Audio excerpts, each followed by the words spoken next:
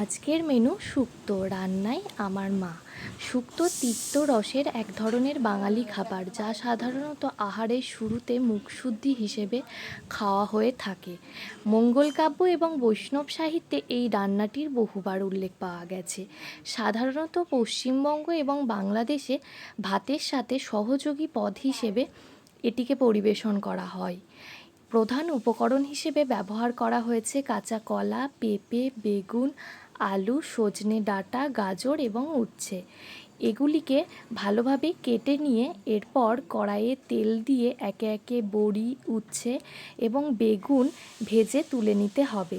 তারপর ওই তেলেই শুকনো লঙ্কা এবং পাঁচফোড়ন দিয়ে আলু, গাজর, কাঁচা কলা, পেঁপে এগুলিকে ভালোভাবে ভেজে নিতে হবে। ভাজা হয়ে গেলে তারপর 1 চামচ আদা বাটা অ্যাড করে নিতে হবে। এরপর ভেজে রাখা বড়ি, উচ্ছে, বেগুনকে ঢেলে নিয়ে পরিমাণ মতো নুন, মিষ্টি অ্যাড করে কিছুক্ষণ নাড়িয়ে জল দিয়ে ঢেকে দিতে হবে।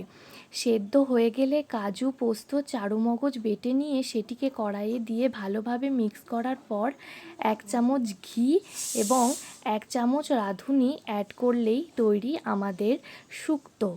আপনারা কিভাবে শুক্তো রান্না করেন আমাকে কমেন্টে অবশ্যই জানাবেন।